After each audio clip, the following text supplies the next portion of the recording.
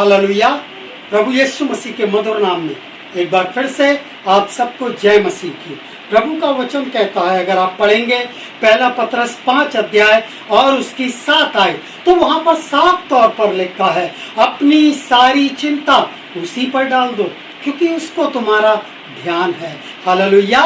क्या आप जानते हैं, एक है जो आपकी फिक्र करता है, एक है जो आपकी चिंता करता है। मेरे अजीजों, हो सकता है आज आप किसी परेशानी को लेकर आए हैं, किसी दुख किसी पीड़ा के अंदर हैं। निराश होने की आवश्यकता नहीं है। हो सकता है आपने संसार में, रिश्तेदारों में, अपने पास पड़ोसियों में, अपने मित्रों से अपनी समस्या को बताया होगा, उनसे कहा होगा और उन्होंने उस समस्या के ऊपर कोई ज़्यादा ध्यान नहीं दिया होगा। लेकिन एक है, वो खुदावंद यीशु मसीह है जो साफ तौर पर क्या बोल रहा है, और अपनी सारी चिंता उसी पर डाल दो क्योंकि उसको तुम्हारा ध्यान है। हालेलुया। अगर आप कुछ पदों को, क्योंकि समय की कमी है, तो मैं आपको कुछ पदों के विषय में बताना चाहता हूं, जिस प्रकार से अगर आप देखें पहला पत्रस 5 अध्याय उसकी 6 आयत, वहां पर लिखा है, इसीलिए परमेश्वर के बलवंत हाथ के नीचे दीनता से रहो जिससे वह उचित समय पर तुमको बढ़ाए। हालेलुया। तो जब आप चिंता में हैं, जब आप दुख में हैं, बजाय मनुष्य के पास जाकर अपनी चिंता बताने के एक अच्छा उपाय जानते हैं क्या है? प्रभु के पास आ जाए, प्रभु के पास आ जाए। वो आपको बुलाता है, वो कह रहा है, और अपनी सारी चिंता उसी पर डाल दो क्योंकि उसको तुम्हारा ध्यान है। और इसी पहला पत्रस 5 अध्याय उसकी 6 आयत कहती है, इसीलिए परमेश्वर के बलवंत हाथ के नीचे दीनता से रहो जिससे वो उचित समय पर तुमको बढ़ाए। मैं आपको उत्साहित करने के लिए एक बात बताना चाहता हूँ, आपको चिंता करने की आवश्यकता नहीं है। तो आपको क्या करना है? आपको अपनी समस्याओं के समय पर प्रभु के हाथों में दे देना है। और जब आप अपने आप को प्रभु के हाथों में दे देते हैं तो आप चिंता मुक्त हो जाते हैं। क्या हो जाते हैं? चिंता मुक्त हो जाते हैं। हालेलुया। और एक वचन को अगर आप देखेंगे डैनियल की पुस्तक के अंदर, तो वहां पर डैनियल को जब शेरों की मांद में डाला गया, ठीक है, जब डैनियल को शेरों की मांद में डाला गया, अपने घर पर आप पढ़िएगा बाद में, डैनियल की पुस्तक 6 अध्याय के अंदर ये पूरा उदाहरण दिया गया है, ये पूरा दृष्टांत, ये पूरी कहानी बताई गई है कि जब डैनियल जो दिन में 3 बार प्रार्थना किया करता था, और इस कारण क्योंकि वो परमेश्वर से प्रार्थना करता था और एक आज्ञा निकली थी कि उसको 30 दिन तक जो भी प्रार्थना करनी है वो राजा से प्रार्थना करनी है। लेकिन डैनियल जो प्रतिदिन दिन में 3 बार परमेश्वर से प्रार्थना करता था, जब राजा ने इस बात को सुना, लोगों ने इस बात को सुना, उन लोगों ने जाकर डैनियल के विषय में राजा से बातचीत करी और कहा गया था, जो कोई 30 दिन तक अगर राजा के अलावा किसी से प्रार्थना करेगा वो शेरों की मांद में डाल दिया जाएगा।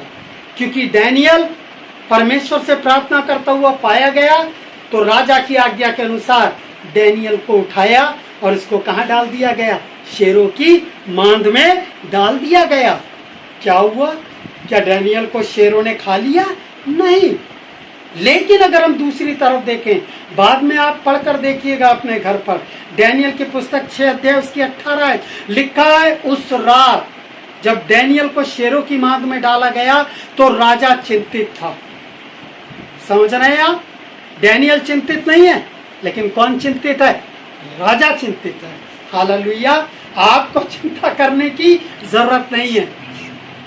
प्रभु आपको आनंद से भरेंगे, प्रभु आपको अपनी दया, अपने अनुग्रह से परिपूर्ण करेंगे। हालेलुया।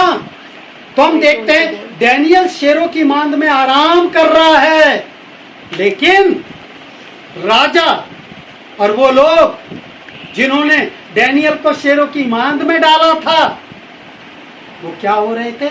चिंतित थे। ठीक है, तो आप चिंता नहीं करेंगे।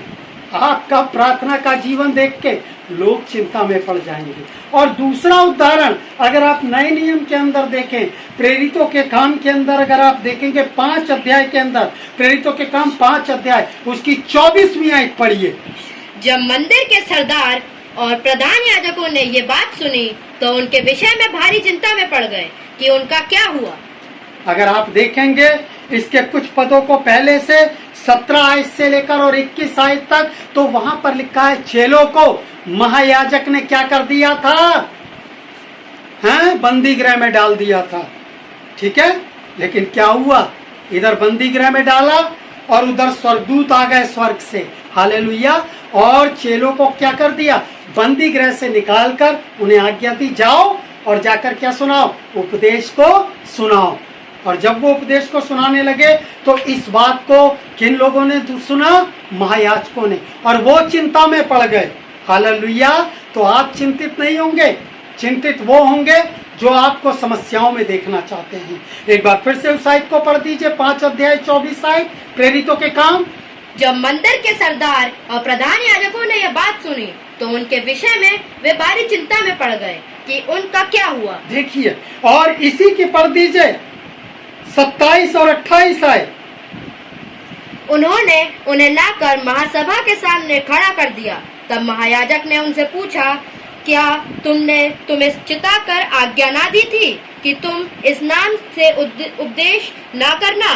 तो भी देखो, तुमने सारे यरूशलेम को अपने उपदेश से भर दिया है और उस व्यक्ति का लहू हमारी गर्दन पर लाना चाहते हो। और देखिए, महायाजकों ने उन लोगों को बुलाया, उन शिष्यों को बुलाया, उन चेलों को बुलाया और उनसे क्या कहा, हैं, तुमने उपदेश से भर दिया संसार को।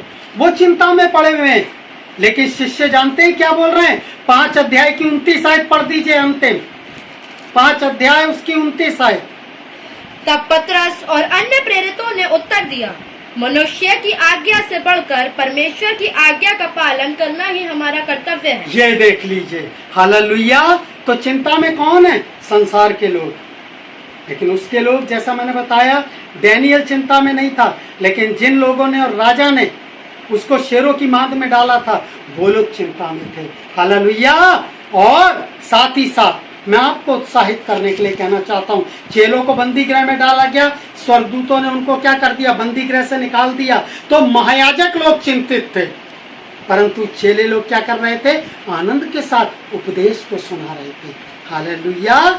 बाइबल कहती है, पहला थिस्सलुनीकियों 5 अध्याय उसकी 16, 17 और 18 है, बाद में आप पढ़ लीजिएगा। सदा आनंदित रहो, निरंतर प्रार्थना में लगे रहो और हर बात में क्या करो, धन्यवाद करो। मैं उत्साहित करना चाहता हूँ मेरे भाइयों, मेरे बहनों, मसीह परिवार के लोगों, आपको चिंतित होने की आवश्यकता नहीं है। आपका प्रभु आपके साथ है, हालेलुया। क्या आप विश्वास करते हैं? तो विश्वास करते हैं तो आप आनंदित रहिए, और आपके आनंद को देखकर दुनिया के लोग चिंतित हो जाएंगे। जानते हैं क्या सोचेंगे, इनके जीवन के अंदर दुख डालो या परेशानियां डालो या इनके जीवन में बीमारियां आए तो भी आनंदित रहते हैं, तो भी ये खुश रहते हैं। क्यों रहते हैं? क्योंकि हमारी खुशी का राज मसीह यीशु में छिपा हुआ है। भजन 34:5 कहता है, जिन्होंने उसकी ओर दृष्टि की उन्होंने ज्योति पाई है और उनका चेहरा कभी भी शर्मिंदा होने नहीं पाया है। मैं विश्वास करता हूँ आज के वचन के द्वारा आप आशीषित हुए हैं, और आपने आज क्या सीखा है, आपको चिंता नहीं करनी है। आप प्रार्थना करते रहें, चिंता उन लोगों को होगी जो आपके प्रार्थना के जीवन को देखेंगे, और प्रभु आपको बढ़ाता चला जाएगा। प्रभु आप सबको आज के इस वचन के द्वारा बहुतायत से आशीषित करे, आमीन।